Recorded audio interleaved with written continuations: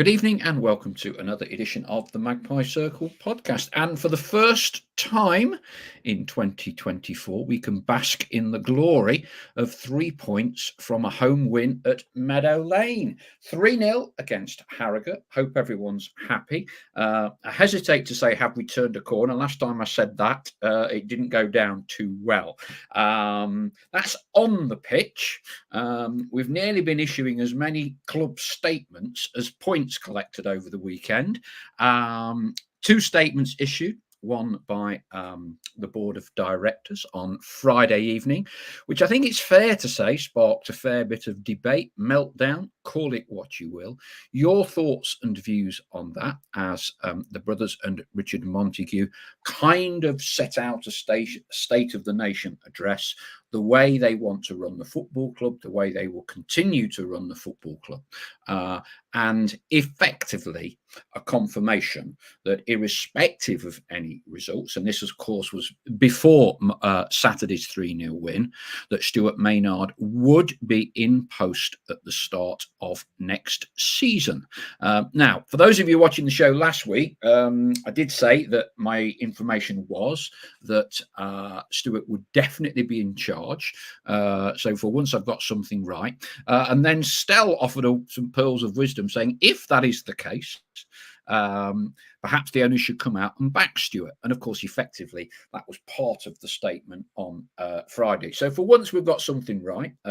Your thoughts and views on that statement, and then followed up by another statement from the club chief executive, Joe Palmer, today, which I think has gone down, I think, with effectively near universal acclaim.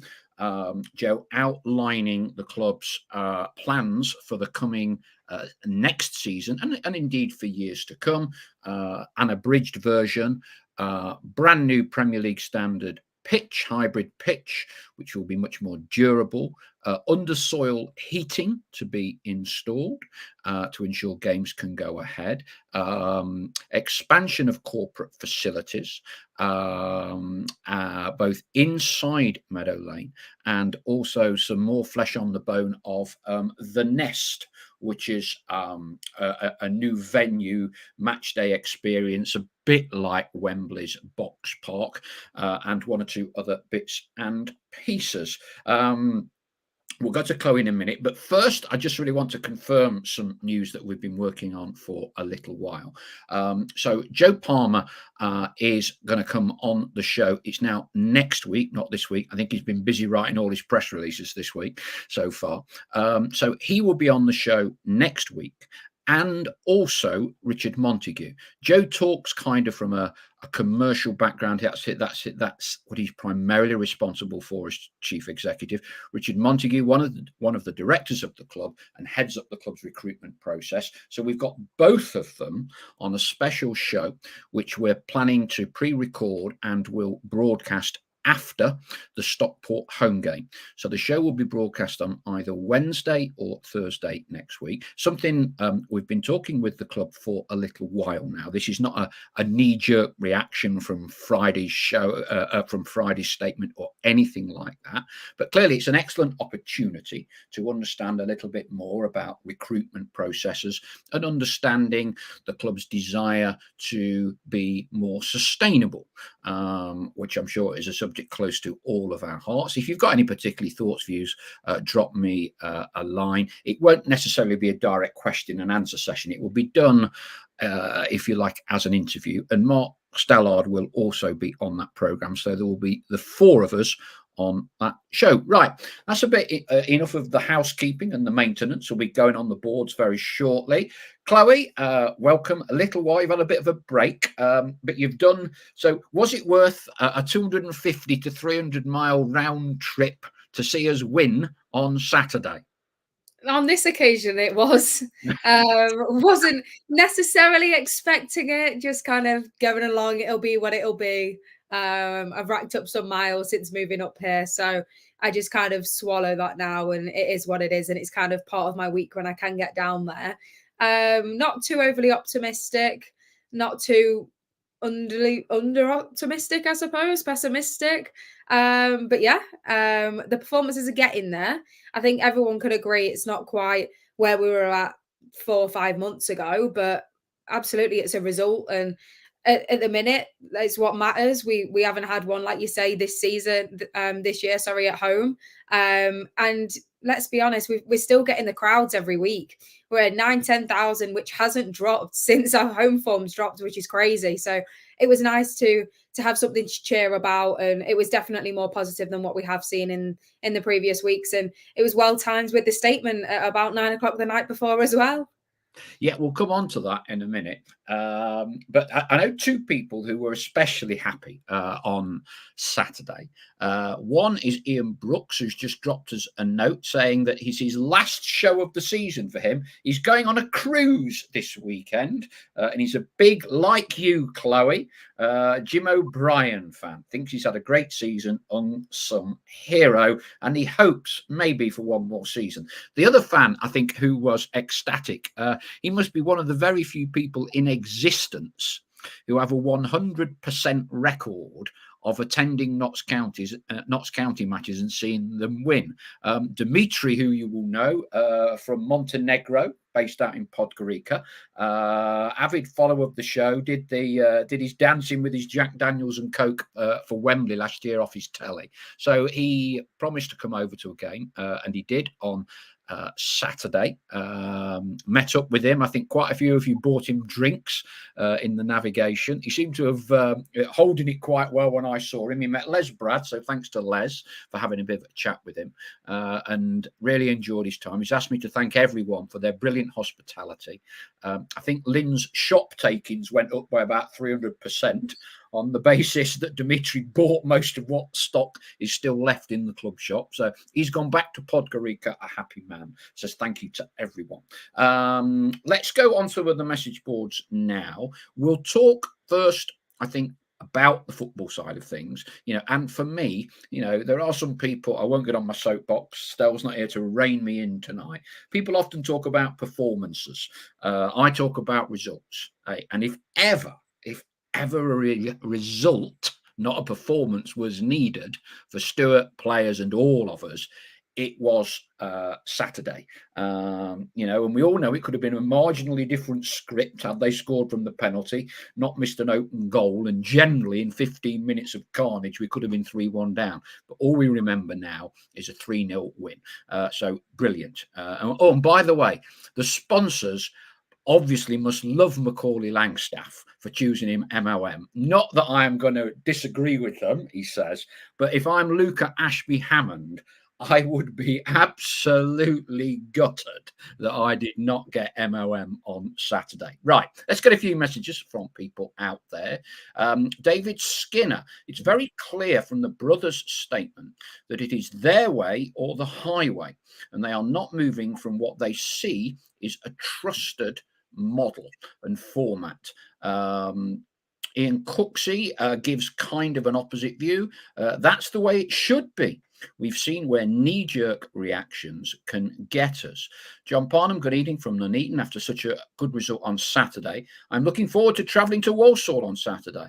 I hope the lads can keep up the momentum. Evening from Karen Knight and from Paul. Very positive weekend, says Ian Cooksey. All round for the club, on and off the field. Evening from Jurgen. He's been up and down, I'm told, on his Motor Guzzi this week. Have I pronounced that right, Jurgen? Kenneth Pointer, evening. Breaking news, we won a football match. Home match, anyway. Royston, evening all. Enjoyed Saturday, but still had anxiety till Jim scored the third. I must admit, I did feel relatively confident when Jody Jones scored a brilliant second.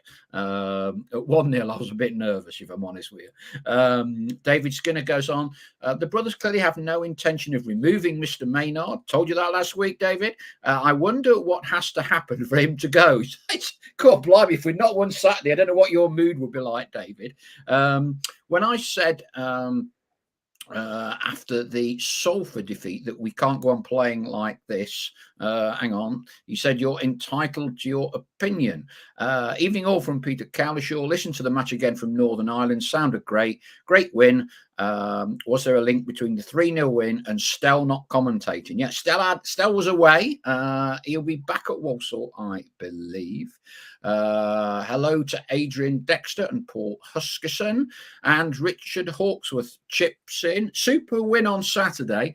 Hasn't quite sorted out my post-traumatic stress disorder caused by the Swindon game, but has given me some temporary relief. Evening from Margaret Grant. James Moore, evening to you, sir. Pete Cowlishaw says, David Skinner, we should have lost 5-3. Amazing we didn't. Paul Willetts, evening all.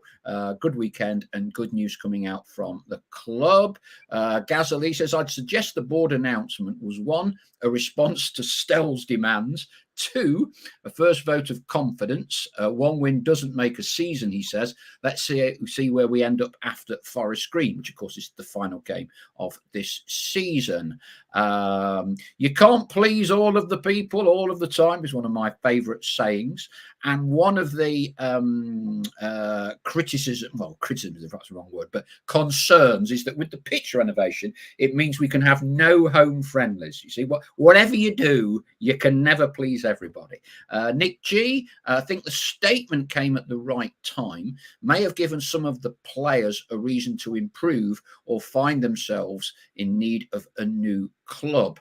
Richard Hawksworth goes on, no issue with the club being sustainable and wanting to watch the pennies, but I thought the statement showed a lack of accountability and recognition of what needs to change for us to be successful. James Moore, exciting times off the field for Notts. I wonder when the monorail's going in. Evening all, Athenian Pie, our continental traveller.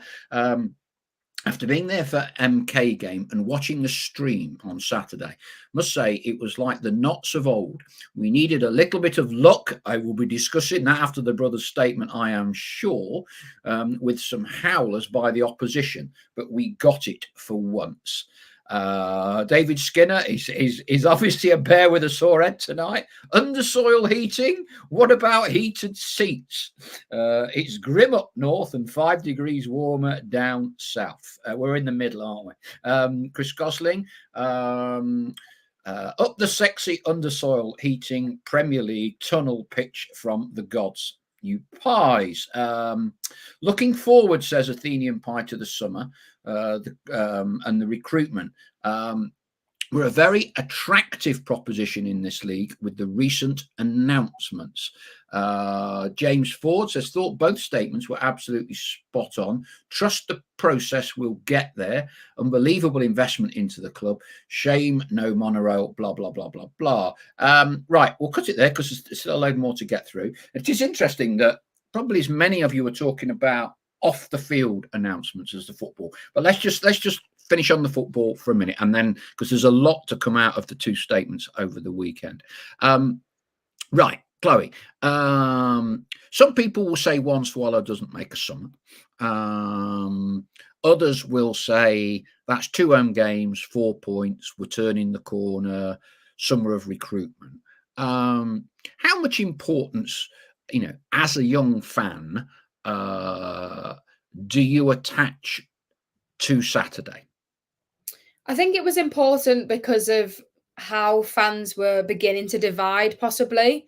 I think we'd kind of accepted probably a couple of weeks ago, playoffs aren't looking likely. So let's finish on as many points as we can and have a good start going into the summer with kind of no expectations at the moment. And obviously there was some banners out at the last game, which probably makes sense as to why the statement came out the night before on Friday night. To basically back Maynard, which, like you say, nothing had come out about him previously, and that had probably pushed them to put that statement out. So it was great timing in terms of that. It was great to get one at home, most importantly. I think everyone could agree the performance isn't up to our standard, but it's been a damn sight better than what it has been in the past few weeks. So, I mean, results are nice at this point of the season. I don't think results necessarily matter so much. Just more, for me, a little bit more the performance, even though it wasn't up to our standard. I think the reason that the points were so important was just because of how long we've been out without points at home. And like I said earlier, we've had a lot of fans that have turned up in their numbers every week since Stuart Maynard's been here, and those haven't dropped. The only reason the numbers have dropped is really to do with the away fans. There's been consistently about 9,000 Notts fans plus the away allocation, which has been phenomenal. And a lot of other clubs, I imagine, that would have dropped off. I mean, it never got nasty with Stuart Maynard, not even close to what we compare when we had Kewell or Fullerton, and the fans really did turn. It never got to that point, and I never thought it would with the type of manager that Stuart Maynard is. But like I say, with the banners going up and some fans being more vocal on Twitter and things like that, that obviously prompted the statement, and then therefore prompted a better performance at home and a great result that we were requiring. Yeah, I mean, I think, you know, for me, football, it will always be about results. A lot of people try to sort of reinvent the wheel a little bit, but look, you know, it's a results business. We win Saturday, and there is a huge amount of optimism that starts springing. And if you can, and I think Stuart kind of needs a decent run of results between now and the end of the season. Clearly not in the eyes of the owners from his career prospects at the club.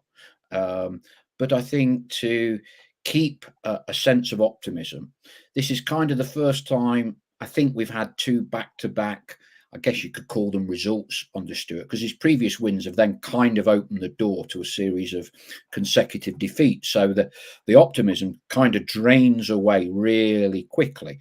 And I think 4 points from MK Dons at home and Saturday, I think, is a reasonable points return from two home matches. It would be nice to pick a number of points up in the final few games of the season. Clearly, Stockport will be difficult unless they've got promotion. You know, I think technically the way results can fall on Saturday, they could be promoted, albeit not as champions. But look, we'll see. I think it just lets off a bit of steam for everyone, doesn't it now? And in terms of kind of on the pitch, a few more comments here. AD says, AD Clark thinks him much more positive this week. What a win does for everybody, is a sentiment expressed by Ian Cooksey. Adrian Dexter, I was mostly impressed with the fact that our defenders got first contact in the box from almost 95% of Harrogate crosses, corners and set pieces. Paul Willits, great to see Jim back on the score sheet. Obviously Magpies give you wings. Yeah, he's got the old when he does the salute, and I won't show you my thighs, they're not as good as Jim O'Brien's, but he's got the old single moniker Magpie tattooed on his thigh, hasn't he? So that's why he lifts the shorts up and does the salute. For those of you who didn't know, I'm sure you knew that, Chloe. What else have we got on here? Jim Airy, it was good that James Belshaw, that's the Harrogate goalkeeper, who's a big Notts fan, got a great reception from the Kop. I think he loved it. I've been critical in the past, Ian says, Chris Gosling, but Kyle Cameron was great on Saturday. Ashby Hammond, definitely MOM, says Pythagorean. Ian G. Cameron was the only one who went some way to deal with their number 9. Macari and Baldwin couldn't earlier in the game. I was in hospitality, Chris Gosling says, on Saturday, and Macca was almost embarrassed picking up the award and openly admitted he didn't deserve it. Reminds me of when I used to run the Vauxhall sponsorship for England, and they used to kind of have various man of the match awards and things. And if Beckham was playing, he might not touch the ball for 90 minutes, but of course he won man of the match because the sponsors wanted to present them a man of the match trophy to David Beckham. So this has happened quite a lot down the years, where the big name player or the favourite player wins, you know, it could be argued, a disproportionate amount of man of the match awards. Now then, there's one. I don't know whether I should read it out because we can't really get too carried away. Certainly against one of Mansfield, but I've seen a tweet somewhere or a message on the board somewhere saying, "Can we donate our old pitch to Mansfield?" Which I think is quite funny.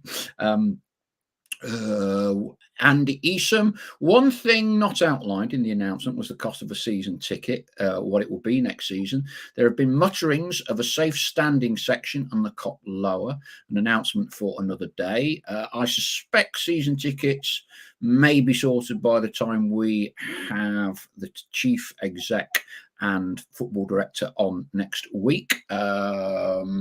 We missed Robertson, says Ian G. Johnny Bostock slows the game too much and we suffer. It was Ian Cooksey. I knew I'd seen it somewhere. Are we donating the old pitch to Mansfield? A reference to their problems getting matches on this year. Any idea where the new press box is moving to, says John Parr. Stell will clearly have a vested interest in this. I guarantee it won't be in such a nice position. Premium seats. Chris Gosling Knots blew the playoffs intentionally to make sure the pitch upgrades can be done. Champions this time next year. Ian Cooksey adds, best thing about Saturday was seeing Kedwin Scott back on a football pitch. I thought he might score on his debut, says Adam Kent, when he went through 1-on-1. Okay, let's talk a little bit about all the various announcements. Blimey, on overtime on the keyboards tonight. Chloe, so it was Friday night. You don't normally expect club statements coming out, so there's two to go through. We'll do the first one in chronological order. So you don't expect too many statements coming out about 8-9 o'clock on a Friday night before a home game, do you? And I was driving, I think, down to Stansted Airport. I just got to the A1 at Grantham, and I was picking my lad up. And I think you were one of the first on the draw sending me a message. There's WhatsApp, phone calls, beeps all on my phone as I'm like driving down. And so I pulled into a services and had a quick look at the statement. I thought, cool, blimey, crikey, that's an interesting one that is going to, I think, stimulate, shall we say, an awful lot of debate. And I think it's fair to say there was probably a majority of view among supporters that were quite concerned about it. When you were reading through it, Chloe, what was your take overall? It was interesting, and I think it was mainly maybe a bit more questionable because we don't hear from the owners. Unless we have to hear from them, we don't hear anything. So we go all season long, and it's quiet behind the scenes, which a lot of us enjoy. We've not had it very often. Normally, our owners have been the first ones to bite the bullet and have a go at fans, even on Twitter we've had previously. So sometimes it is nice to just let the football be, and they've dealt with everything in the background, and we'll hear from them at the end of the season or things like that. And then randomly, not put a tweet out, and I'm sure it was on other social media fronts, club statement. And it's like, well, it wasn't the typical photo of a corner flag. So I thought, well, it's not going to be him being sacked. And then I was reading through it and I was kind of like, just a little bit weird. I get it from a point of, like I said earlier, maybe it was from them seeing a couple of the banners from the previous home game, and obviously a terrible run of form. Not necessarily since Stuart Maynard's been in, but during his period and a few weeks before that as well. And then it was, I don't know, some of it was worded a bit badly. I mean, I don't know whether it was bad timing because we were all obviously annoyed with how this year had gone and we've not had any good results, and we're kind of now being told, well, we are where we are because we've been unlucky all season. And it was kind of a bit like, well, yeah, that there's been games where we've been unlucky, but it's much of a muchness and we've created our own bad luck a lot of the time. And then it kind of goes into the defensive problems, and it's not just our defenders, which obviously a lot of the fans have a problem with, and it's the whole team that aren't defending. And then they kind of pick up on like personal mistakes that we have seen a lot of this season. And then it kind of delves into a bit deeper of, obviously Maynard's not going to be sacked. Like you say, I didn't expect him to be. And then about recruitment, and then I'm thinking we're not going to spend any money in the summer. And then it's all kind of so many different thoughts reading the statement. I didn't think it was necessarily bad or the end of the world, or I think some people would jump into much bigger conclusions, and I'm sure they might have a little bit of a different opinion after a win at home.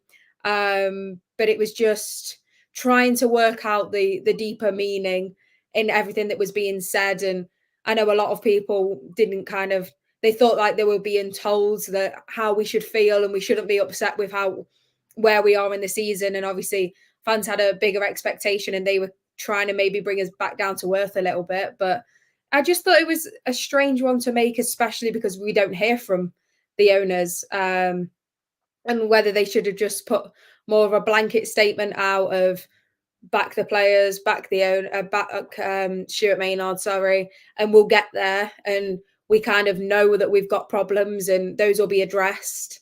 And it was a little bit more reading between the lines than what that was. But obviously then the win comes. I'm not sure how people would have taken it after a loss. I think that would have been different, because obviously, I mean, Twitter, like you go on about it all the time. There's a lot of people, keyboard warriors, and as soon as they see something, if they're already frustrated, if they're already Maynard out, if they're already not happy with the owners, not happy with the players, not happy with the performance, and that's how they've been for the last few months, they're straight on Twitter, blah, blah, blah. We're not going to spend anything in summer. It's not good enough. Sack Maynard, the rest of it. But I think you'd have seen a much stronger reaction given another loss at home. So I think the win was especially timed well. But yeah, it's hard to massively read into it. But with the statement that came out today, admittedly, I haven't read the whole thing because I've been at work and busy since I've been back. But from what I can kind of gather from other people, there's obviously a lot of money being that are going into making us more sustainable, better facilities.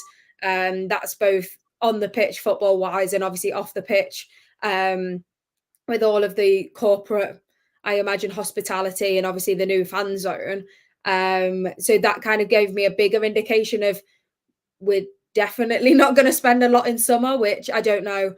You can't read into it too much, but we obviously got a lot of money from Luke Williams, and there's obviously been a lot of talk of if we've got some players under contracts that we would potentially get a lot of money from. I think a lot of people were quietly hoping we might spend a little bit. Obviously, these financial fair play rules and things like that, and we're never going to be a club that blasts all the money that we get on players, and neither would I want us to be. But it's kind of like, where is this being spent, and is it all going on to developing the club as a whole and not what's on the pitch? Because obviously we haven't added to the players much at all, apart from Jatta, which I don't think anybody was expecting. So for me, it is an important period for us this summer to invest, especially we talk about defence. I'm more than happy for the club and the manager, Luke Williams, at the time to give the same players that got us up the same opportunity. And it came to January and everybody thought, right, we've given these players a chance.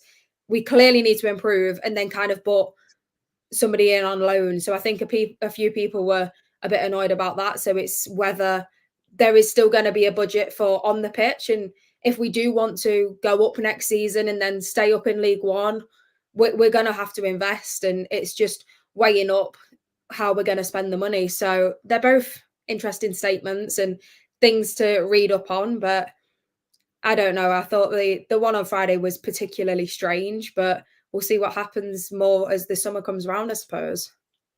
Yeah, I mean, I think my take on Friday's statement was, I think it's probably one of the most revealing statements that the brothers have made, and this also came under the banner of Richard Montague as one of the directors as well. I thought it was one of the most revealing statements in that they normally keep their cards close to the chest. They don't kind of say a lot. We know it's a data model, but we know really very little about the data metrics that they use to formulate signings. I thought it was a very honest statement because they gave more detail out. And I think it gives you an insight into the mindset of them, of the brothers as individuals, and also of their collective approach to how they run this football club, and how I suspect they run Football Radar, and how they kind of operate, if you like, as human beings, really. So I thought in that respect, it was good in that it put a bit more flesh on the bone. Now, do I agree with a lot of what they said? I would be at the opposite end of the spectrum. I thought the comments about luck are certainly something that will formulate part of the chat with Richard Montague next week, because I kind of, and I hopefully can, delve a little bit more deeper into that. You know, we talk about all these metrics, and then suddenly there is this, but there's so much luck. It's such a big variance. You know, it's almost like artificial intelligence. And, you know, for me, football's the greatest game in the world because it is so unpredictable. I don't think you ever can put something into some huge football dataometer, put your ticket in, beep, beep, beep, out comes something, you will get 84 points next season. You know, you won't concede many goals, you will score a lot of goals. I just don't think football works like that. But clearly the brothers would attach more importance to that in how they're looking to predict outcomes, I think was the phrase that the brothers used to me when we did a podcast with them just over a year ago. So I don't really buy the luck angle. We touched on it the show last week with Mark Stallard. I don't kind of like this almost besmirching Luke Williams to protect Stuart Maynard. You know, that there's definitely been that subtle, you know, and I thought the reference to we were lucky at the start of the season, and I'm paraphrasing here, which clearly was when Luke Williams was in charge, and we're unlucky now Stuart Maynard's here.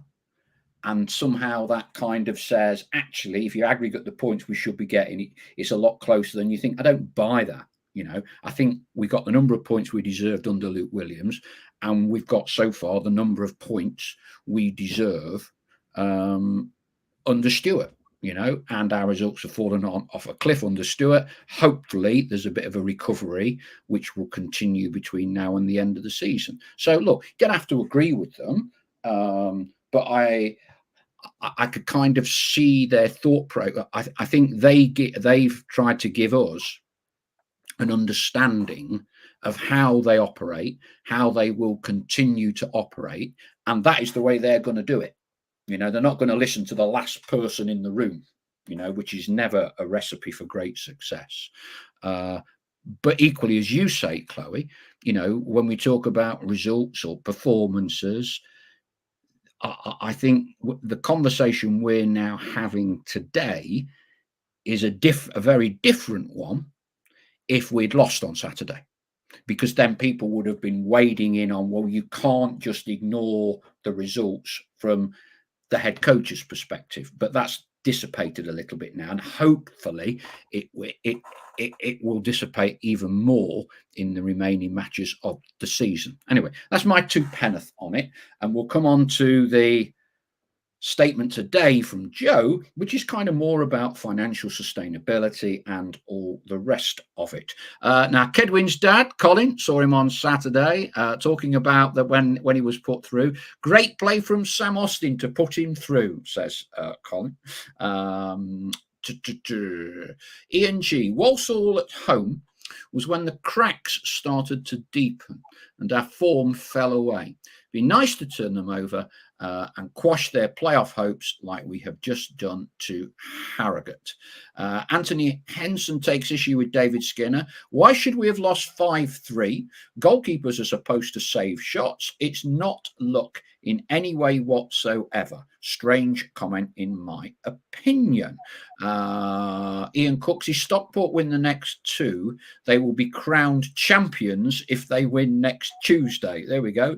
That's one of the variables for when Stockport come. Blimey, how many teams have we had promoted or champions coming to Meadow Lane down the years? Luton, I remember that one. There was another one as well. Chloe, you might be. Who was it? We had 2. Luton. Was it Brighton? I'm not sure. We've had a few down the years. I know. I've definitely seen a couple, like you say. Yeah, don't worry. But by the time we get to the bottom of the message boards, there'll be 127 people will have educated us. Portsmouth, I think, was one. Chris Gosling, Nuts' role for the rest of the season is to be fun blockers, spoil Walsall's playoff chances, dampen Stockport's promotion celebrations, make Colchester go to the last game for survival, and relegate Forest Green Rovers. Very good, Chris. Alan Cotty, great win Saturday, but we've obviously missed a great chance this season. Scored second highest goals in all 4 leagues, but also conceded second highest. For me, the owners don't recognise what a poor defence we have.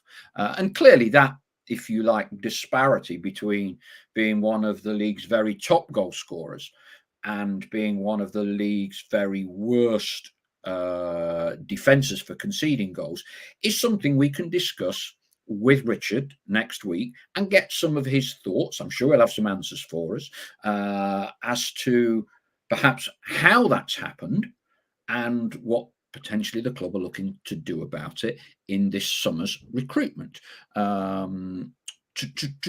Chris Jordan, great to see Alassane Jatta nominated for Player of the Month in League 2. Hope everyone's given him a vote. I'm sure we have, and I'm sure half of Gambia has as well, for that matter.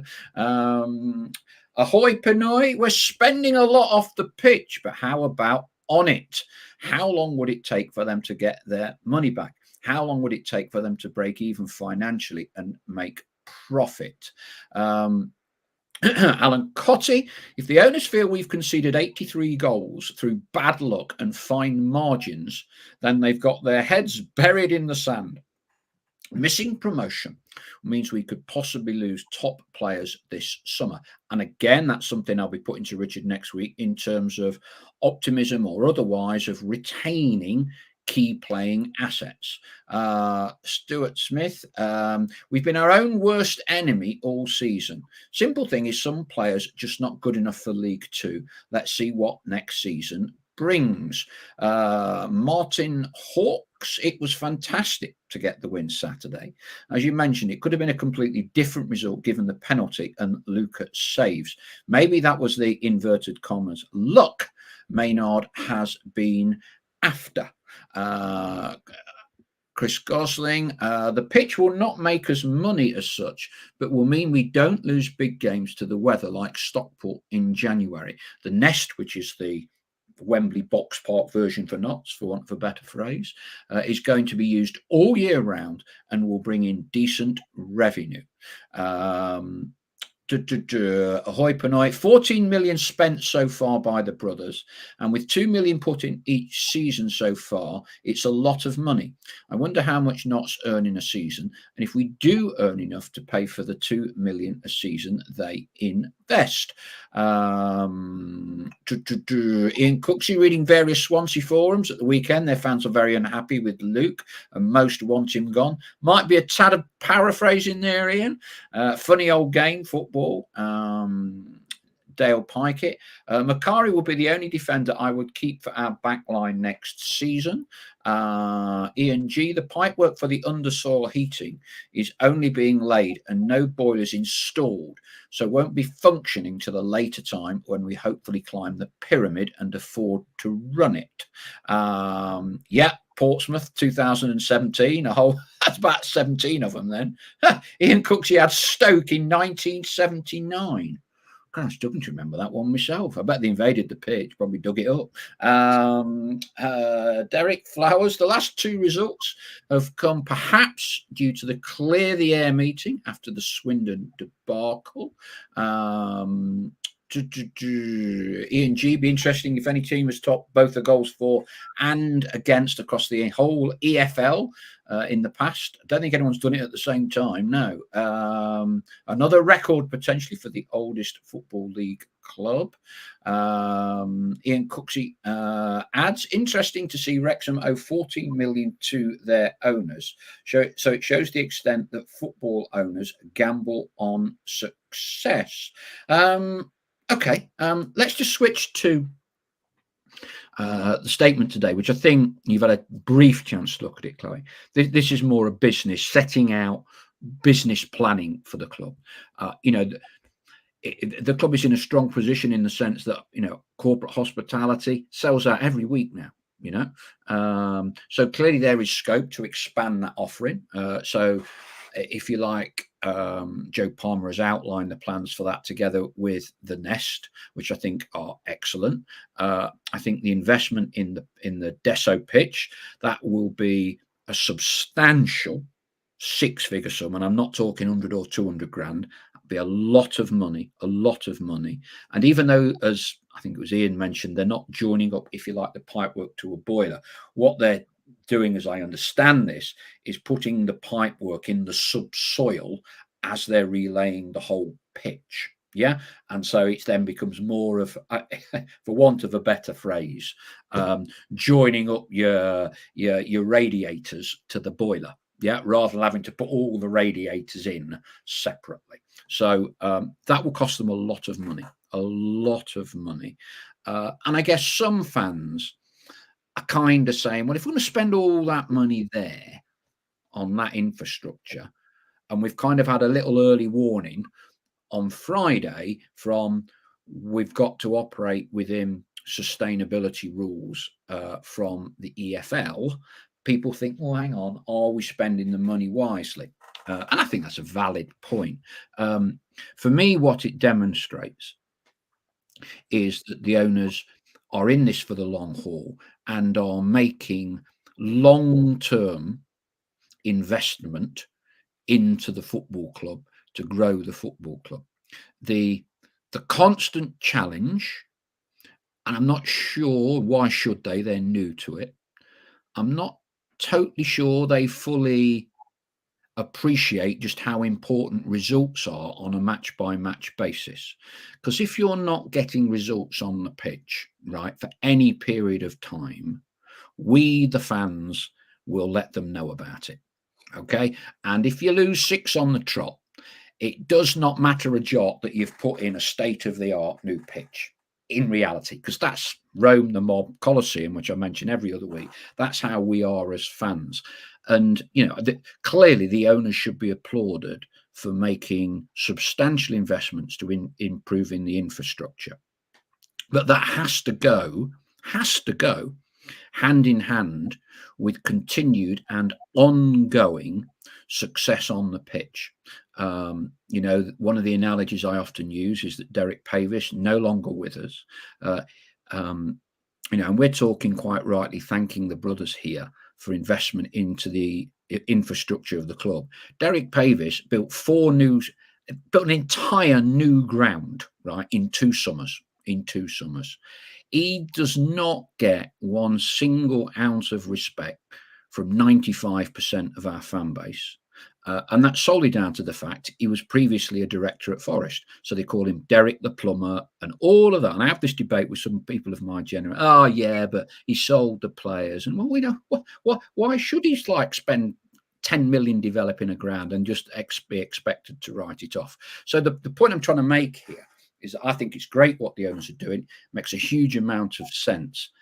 But you cannot take your eye off the ball when it comes to getting results on a consistent basis, because we as a group of fans will not wear it. And what I really don't want for the brothers is that if there is a downturn in results at any period, right, sadly, they'll get some. they will get some pelters. And I don't want the brothers to suddenly think, oh, why are we doing this? You know, I put all this money, we're doing that. Fans will ultimately judge what the brothers are doing at this club en masse by where we are in a table at any given moment of the season. And so I just really hope that we can get the recruitment right and we can make a decent start next season. And that's not to say we won't, but equally, it's not for me at this moment in time a shoo-in that we will. But these are the challenges you face as football club owners. As fans, we're incredibly demanding. And I think it is a result, really, that the brothers don't live on the patch. They're down in South London. They're not exposed to whatever vagaries there are of fans at any given moment in time. But I mean, Chloe, look, you've worked in professional football for a few years now. You're up at Burnley at the minute. I mean, infrastructure of football club largely has to continue to be improved. I mean, give me an example from where are Burnley fans right now? Premier League, all the rest of it, not been a great season. You know, what's the dynamic from your perspective between fans and Burnley ownership? Should they have spent more money? Do they understand the commercial realities that the club needs to bank some cash and protect losses? And how's that panning out at Burnley? And kind of compare and contrast that with what's happening at Notts. Burnley's a difficult one because the fans, in terms of where they are as a football club, on the brinks of getting relegated, are very evenly split. Some prefer the Championship in terms of they win more games, they play more attractive football. A lot of them hate VAR. They're very anti the Premier League. And to be fair, there's been a lot of controversial decisions go against Burnley this season. And I know they come around. But if you look back, they've had a few. So a lot of the fans are kind of wanting to get relegated and kind of forget about it. But then you've got the other fans. So we're currently in our season ticket renewal period. And they have put prices up for the first time in 9 seasons, I think it is. And how's that gone down?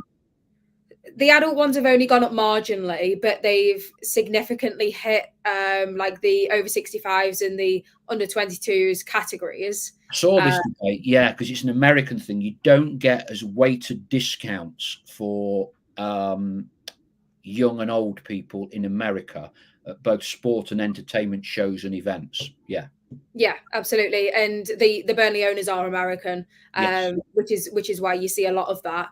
And you see maybe a lot more. It's difficult as well. I don't think some of the fans can get on board with the American ideas. Obviously, America, every sporting event is a show. It's not, I mean, I'm sure you've been to a lot yourself, Paul. I mean, I've been over there with university and went to a couple of different sports, and at not one point in the game is the stadium full. You will see a lot of supporters, no matter what time of the game, whether it's football, whether it's ice hockey, whether it's basketball, whether it's American football, in the concourses and at the bars. And obviously you can drink there, and it's a show, and it's a whole day out. They get there hours before. And the stadium at no point is ever its capacity because supporters are wandering around. So there's a lot of them ideas coming in. They've brought in things like the light shows. They wanted to bring in drums, which a lot of the time are supporter led, whereas this was kind of pushed to the supporters. That didn't go down very well. So they didn't end up doing that. So they've got a strange relationship at the moment with the supporters, with a lot of them wanting to go down. Some of them obviously wanting to stay up, be in the Premier League. You've got a lot of supporters not wanting to renew because they're not watching Premier League football, not wanting to renew because they put prices up. But equally, people going, we haven't put them up in 9 seasons. If we want to spend any money, we need to kind of give something back. They're the cheapest in the Premier League and one of the cheapest season tickets in the Championship as well. So they were likely to go up. They've just hit them all at the same time. and they've got a fan zone. Again, I think that could be, this is why I'm a little bit worried about Notts's. They've probably got a fan zone a similar size, maybe slightly smaller, given that ours looks like it's on 2 levels around a lot of it. They don't utilize theirs as nearly as much as what they could do, from my opinion, since I've been there for the past year. So, and Has I it been obviously, well received by fans? Is it well patronised? I mean, they just don't use it enough. They don't have enough events on there. They can kind of put some games on, you know, that televised games after or before the match. The biggest one for me, when they played Blackburn and won the league last season, there was more people in the fan zone than there was at the Blackburn Rovers game because of how many they were allowed. So it, things like that is a great opportunity, but it could be utilised a lot more. So that's my kind of worry in terms of will not utilise theirs as much as they can. But in terms of the fans, that they're very split at Burnley, and a lot of the comments that come in aren't happy with.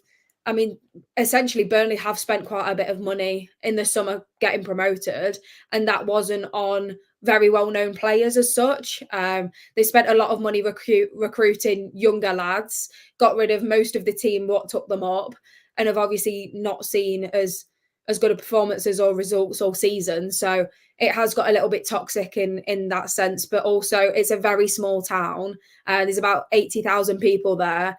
Nearly, I think it's 1 in every 2 people there go to at least one match a season in the town. They've got a very, very small kind of selection of people to choose from. And if you go a little bit further out, you've got so many big clubs in the Northwest. So they struggle to get that pull. So they need their fans on side a lot of the time. So it's a difficult comparison. But I mean, infrastructure is always important. They've got a big like a big focus on hospitality. So similar to what I imagine. I mean, I just heard you say there, the Knots that are thinking about moving the press box. Obviously, I've not seen this statement. Now that's interesting because you imagine they become hospitality seats, which is what's happened at Burnley. So I mean, I don't know if that's true. I've not read the statement, but just kind of reading in between the lines that Burnley have changed their hospitality with them being in the Premier League. They sell out every week, and then have now extended where the seats are for the hospitality. So they've had to move supporters. Obviously, that comes with a lot of problems. You've got a lot of problems, and supporters, it's greed, it's this American idea, and a lot of that gets funneled into, I've had this season ticket for the past however long, I'm not moving, and all of this. And so you get a lot of that. But then you get a lot of supporters that are like, we need to create revenue from somewhere, and if this is how it comes. So it's very split. But in terms of what Knots are doing in terms of the infrastructure, I've said for a long time, I mean, since I started working there 2017, I think, when I was 15, 16. And since then, the ticket office hasn't changed. The club shop hasn't changed. None of the hospitality's changed. It might have had a lick of paint. And like you say, we're still pulling in the numbers. So these things on match day, we've had a lot of problems with concourses and food. And obviously, they've now put that bar behind the cop, just to allow for queues to die down. So there's definitely areas to improve. And I'm sure our CEO, when he came in, his eyes kind of lit up with opportunity, because our stadium's fantastic and we have got good facilities and we've got the good scaffolding to build on. It's obviously just where you start, first of all, because there are a lot of things that if we want to become the club that we want to be, there's more simple changes, but there's also dramatic changes. It's when you want to start putting them in, what's most important for them. And I absolutely agree that hospitality, there can be an option, because really there's only one level of hospitality at Notts, whereas a lot of other clubs, even in the lower leagues, have lots of different levels of hospitality. So there's an entry one that will cover your match ticket, and even there can be obviously premium seating, but then a lot of times you pay for your own food when you get in there.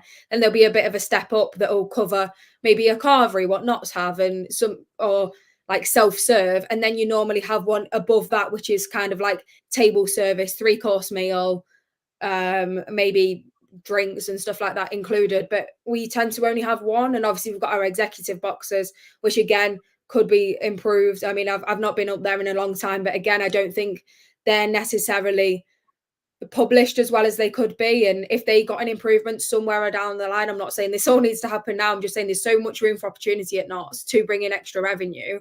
We've now got this fan zone that's kind of come out of nowhere. And this has obviously come as an opportunity at this time. This probably wouldn't have happened if we kind of said, we don't want to do it now, we'll wait a few years. That opportunity necessarily doesn't come up. So absolutely grab it by the horns, and it's going to be great if they get it sorted and working well, and like you say, ready for the Euros. It's just after that, keeping them kind of things up and keeping it to the standard that you want it to be. And I just worry that they're kind of gone, we're doing everything all at the same time. We're trying to improve corporate hospitality. We're trying to improve the pitch, which I think is phenomenal at the standard of what we are. I mean, I look at some championship games on TV, and I think I went to Sheffield Wednesday this season, and I thought our pitch is such a damn sight better than what championship football is. So it came as a little bit of a surprise to me when I was kind of like, we're ripping it all up, we're putting all this under soil heating, and we've had one game called off at home in my memory for the past 10 years, which is quite remarkable. I understand it from if they've got this idea of they want to be in the championship in the next 5 seasons, great. But I just worry that they want to do that, which, like you say, is going to cost so much money. They want to do the fan zone, which, if they want to do it right, has got to be spent well.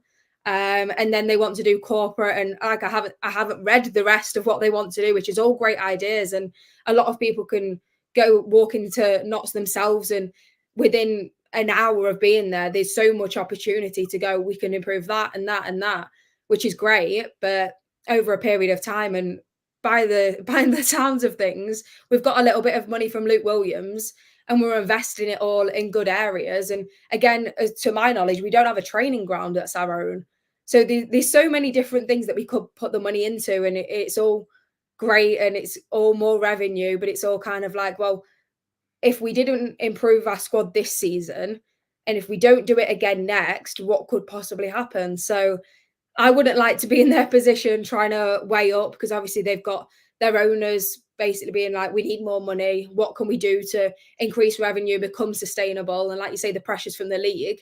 Then you've got the pressures from the fans. Not only do they want their facilities improved, but do they want to see it happen on the pitch? So it's difficult, and we're almost at a privilege that we're now talking about the things that we've wanted to be improved for the last 10, 15 years, but also in a bit of turmoil where the squad, not drastically, but it needs some money spent on it if we want to be where we want to be next season and for the next few years after that. So it's weighing it all up. But I think the fan zone is a great idea, and it's come at a good time. And I agree that they might not have had the opportunity later on, but is everything else so important to do right now? It's just interesting, the time scale.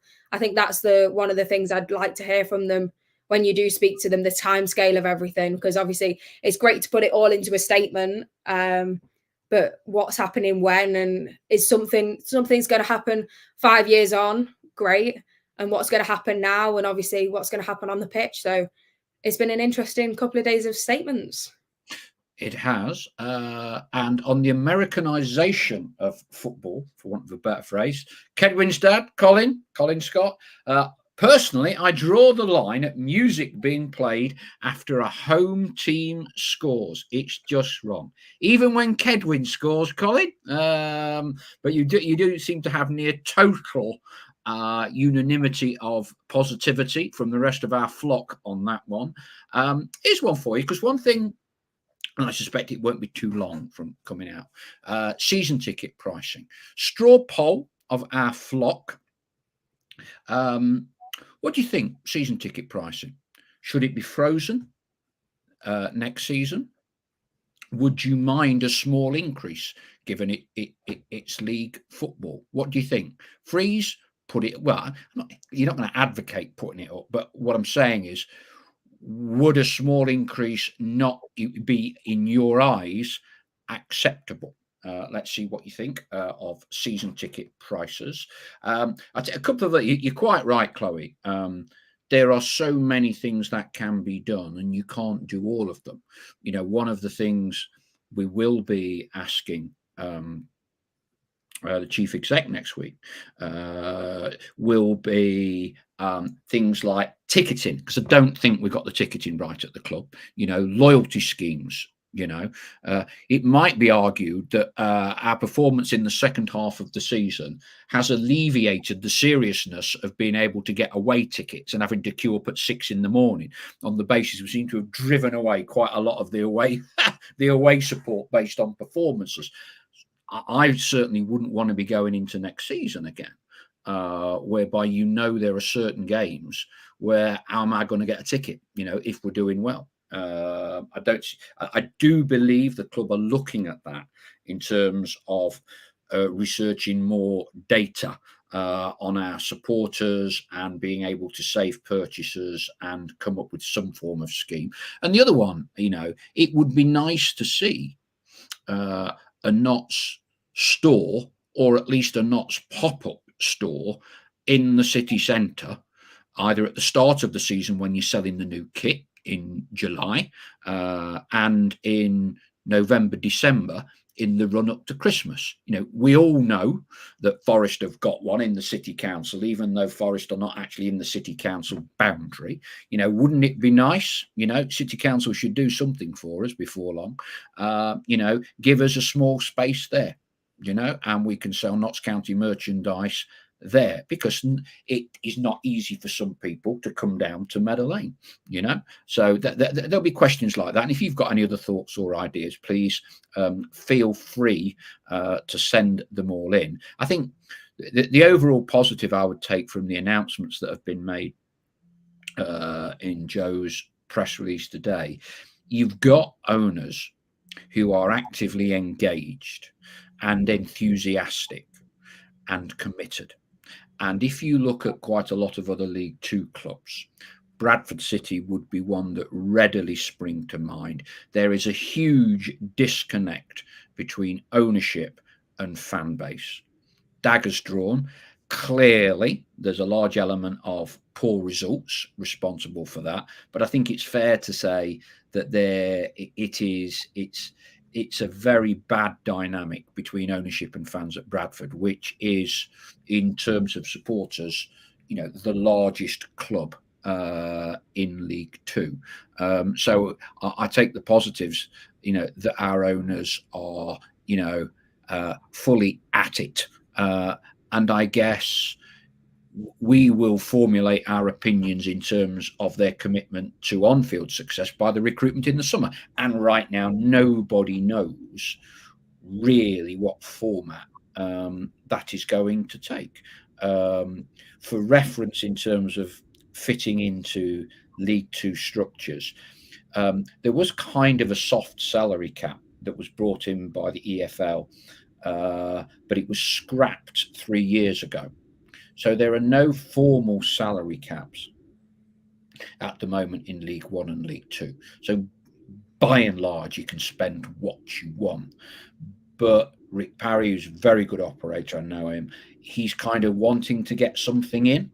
And a lot of these things tend to be wrapped up in appointment of regulator and principally the agreement between the Premier League and the EFL in terms of the amount of money that cascades down into the EFL. So clearly you can't really be setting at this moment in time financial budgets or caps or whatever you want to call it in the clubs when one of the largest slices of your revenue, which will come from the Premier League, you don't know what it is yet. So that's kind of the logjam at the minute, which is bunging everything up. But I think what the owners are trying to allude to in that statement on Friday is that we need to kind of be ready for that if and when something comes in.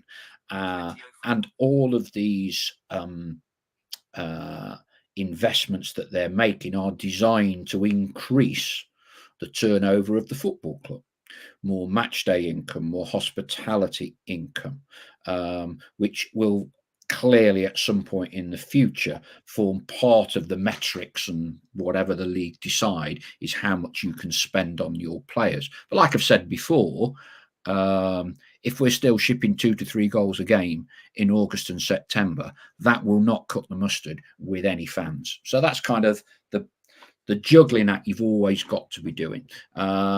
Anyway, enough ramblings tonight.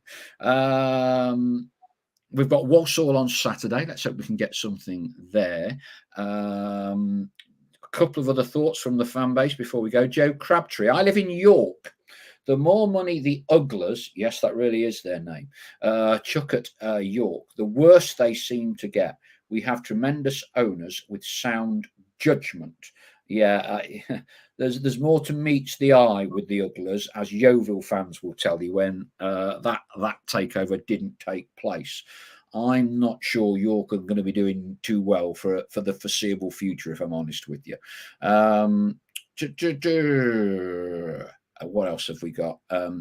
Andy Easom, think I read that they are massively revamping the website and are going to introduce an app which will be well received if it's run properly. Yeah, that's right. I think the club, there's so many things in the statement today, are kind of looking at the digital offering, and there was specific mention of a new website and an app. And I think this may well be kind of all part of the approach to digital. Historically, the league have certain partnerships with certain providers, which is why a lot of the club websites look very similar, but will be, in the case of Notts County, black and white, in the case of Portsmouth, blue and white. So I think the club are kind of trying to take back a bit more ownership, if you like. Paul Farnsworth, the owners are very forward thinking. If the infrastructure is built now, they seem to be very confident in their recruitment ability to advance us. Time will tell, but so far, so good. And I think that's probably a decent one to end it on. I mean, I think that's pretty balanced with where they are from Paul Farnsworth. So thank you very much, everyone, for your thoughts and views, as always. Next week, so it's a special show. Me, Stell, Joe Palmer and Richard Montague. That will be coming out on either Wednesday or Thursday after the Stockport game.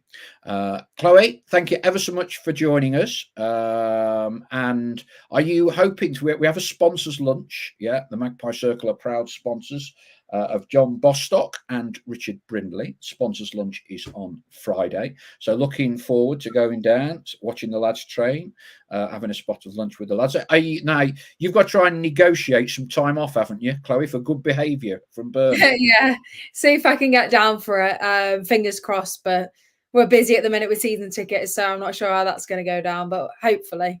All right. Okay. So thank you very much for tonight, Chloe.